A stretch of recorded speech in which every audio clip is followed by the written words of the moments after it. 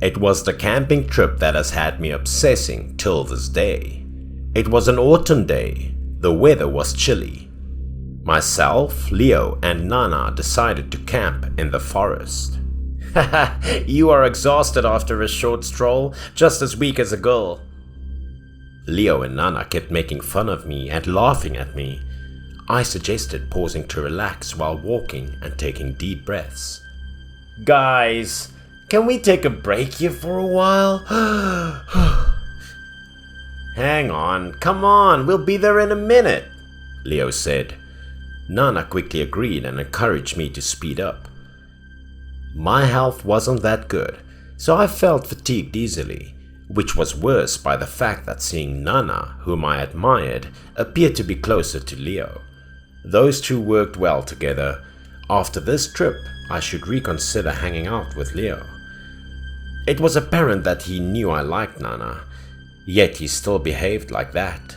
Perhaps he was trying to get an advantage over me. It was so irritating. Nana, in the contrary to my irritated face, was exceedingly joyful and excited. It truly bothered me to watch Nana enjoying a good time with my best friend. Even though I complained, I kept going because of Nana. This mountain location was always famous for its odd and intriguing stories. Therefore, it was seldomly visited by people. Only those who enjoyed exploring and solving mysteries came here to find out what was going on. We finally arrived at the campground after a long hike. The higher we went, the more spectacular the view got. Nana looked enthralled by the landscape along the trip, but I was nearly exhausted. Nana approached the cliff. The landscape was truly beautiful. Nana was still like a naughty child, standing at the cliff and tried to scream loudly to hear her voice reverberated from afar.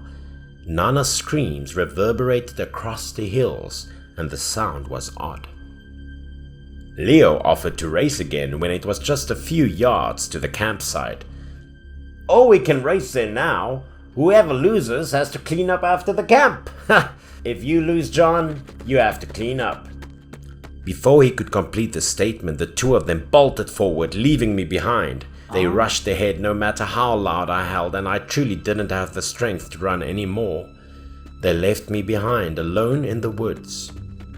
If I could travel back in time, I would surely come back immediately. I crouched behind them, but I couldn't see them at all. By the time I recognized it, I couldn't hear the two of them anymore, and I knew I was lost. I didn't think much anymore because I was so weary and frustrated. All I wanted to do was relax. Going a bit further, I came upon a small lake in the heart of the forest and decided to stop for a while. I casually picked up a stone and tossed it into the lake, thinking that if I stayed here for a while, I'd return by myself. The rock bounced many times on the water, which made me feel a bit better. Probably I wouldn't hang out with Leo anymore after this time, and I didn't like Nana any longer. I was sitting alone, hungry and depressed, and I wasn't sure what to do next. As I was wishing for a meal to fall in front of me, something caught my attention from afar. As I wished, it was true that heaven never disappoints. What was the point of being with the other two guys? A fish came out of nowhere beneath the surface of the water. It flipped its belly over down as if going to die. Or was it in the process of giving birth? I'd heard that while fish were spawning, they float on their backs. The fish, however, froze and floated towards me the following second. I hastily jumped up and grabbed the nearest dry branch in order to bring the fish ashore. While trying to capture the fish, I felt that at least today I would have a nice fish supper. But grasping this fish by a branch was not as simple as I thought.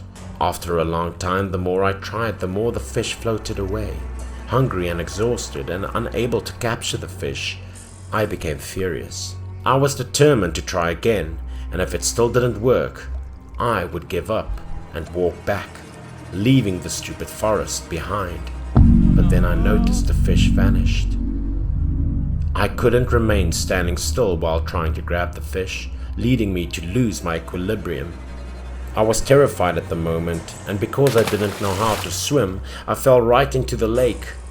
I struggled since the lake water was so cold that it was difficult for me to move my legs. I had practically nothing else I could do at this point, so I tried to scream in terror.